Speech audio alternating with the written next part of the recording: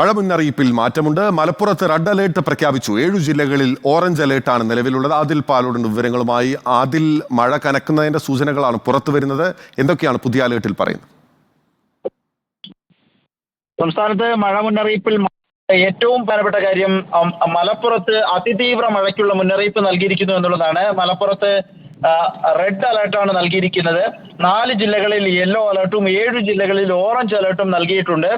കോട്ടയം, എറണാകുളം, ഇടുക്കി, കോഴിക്കോട്, വയനാട്, കണ്ണൂർ, കാസർഗോഡ് ജില്ലകളിലാണ് അതിശക്തമായ മഴയ്ക്കുള്ള മുന്നറിയിപ്പായ ഓറഞ്ച് അലർട്ട് നൽകിയിരിക്കുന്നത്.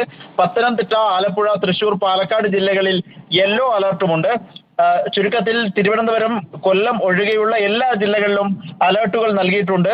നാളെ 3 ജില്ലകളിൽ ഓറഞ്ച് അലർട്ടും ബാക്കിയുള്ള ജില്ലകളിലൊക്കെ ഓറഞ്ചും യെല്ലോയുമായി മറ്റ് അലർട്ടുകളും നൽകിയിട്ടുണ്ട്. സംസ്ഥാനത്ത് വരുന്ന ദിവസങ്ങളിൽ കൂടുതൽ മഴ ലഭിക്കും. വ്യാപകമായ അതിശക്തമായ മഴ ലഭിക്കുമെന്നതാണ് വിലയിരുത്തൽ.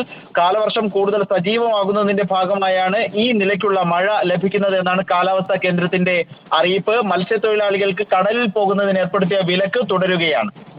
ഓക്കെ, വ്യക്തമാണ്. ആദിൽ പാലോടാണ് വിവരങ്ങൾ നൽകിയത്.